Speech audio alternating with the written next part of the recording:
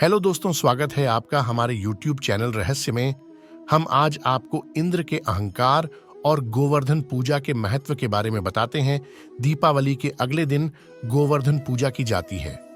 लोग इसे अन्नकूट के नाम से भी जानते हैं। इस त्योहार का भारतीय लोक जीवन में बहुत महत्व है। इस पर्व में प्रकृति के साथ मानव का सीधा संबंध दिखाई देता है। इस पर्व की अपनी मान्यता और लोक कथा है।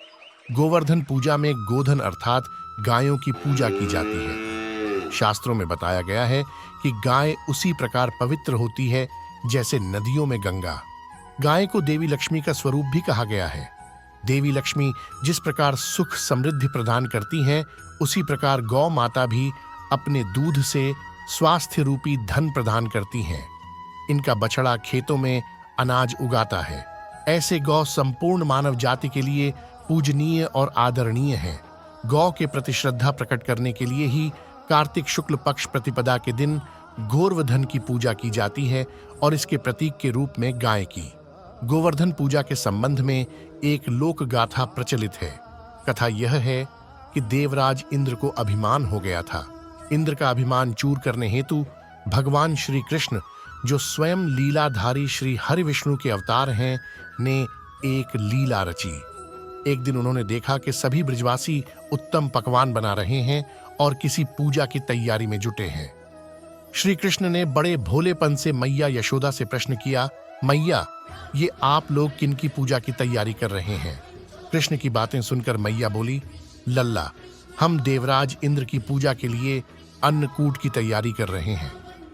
मैया के ऐसा कहने पर श्री कृष्ण बोले, मैया, हम इंद्र की पूजा क्यों करते हैं?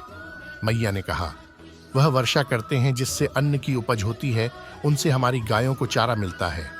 भगवान श्री कृष्ण बोले, हमें तो गोवर्धन पर्वत की पूजा करनी चाहिए क्योंकि हमारी गाय वहीं चरती हैं।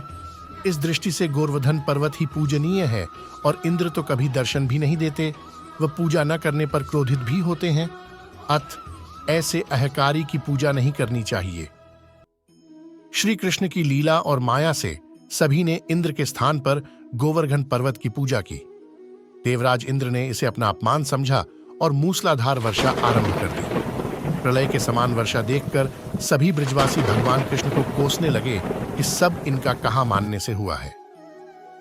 तब मुरलीधर ने मुरली कमर में डाली और अपनी कनिष्ठा उंगली पर पूरा गोवर्धन पर्वत उठा लिया और सभी ब्रजवासियों को उसमें अपने गाय और बछड़े समेत शरण लेने के लिए बुलाया।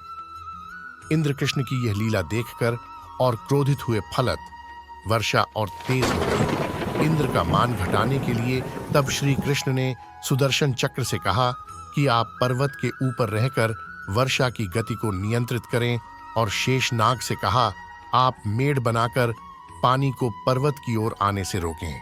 इंद्र निरंतर 7 दिन तक मूसलाधार वर्षा करते रहे। तब उन्हें लगा कि उनका सामना करने वाला कोई आम मनुष्य नहीं हो सकता। अतः वे ब्रह्मा जी के पास पहुंचे और सारी घटना कह सुनाया। ब्रह्मा जी ने इंद्र से कहा कि आप जिस कृष्ण की बात कर रहे हैं, वह भगवान विष्णु के साक्षात अंश हैं और पूर्ण पुरुषोत्तम नारायण हैं। ब्रह्मा जी के मुख से यह सुनकर इंद्र अत्यंत लज्जित हुए और श्री कृष्ण से कहा कि प्रभु, मैं आपको पहचान न सका, इसलिए अहंकारवश भूल कर बैठा। आप दयालु हैं और कृपालु भी, इसलिए मेरी भूल क्षमा करें। इसके पश्चात देवराज इंद्र ने मुरलीधर की पूजा कर उन्हें भोग लगाया। इस पौराणिक घटना के बाद से ही गोवर्धन पूजा की जाने लगी। ब्रजवासी इस दिन गोवर्धन पर्वत की पूजा करते हैं। गाय बैल को इस दिन स्नान कराकर उन्हें रंग लगाया जाता है। उनके गले में नई रस्सी डाली जाती है। गाय और बैलों को गुड़ और चावल मिलाकर खिलाया जाता है। तभी से यह त्योहार पूरे भारत में बड़े ही धूमधाम से मनाया जाता है। आपको यह कहानी कैसी लगी? Please do like, share and comment.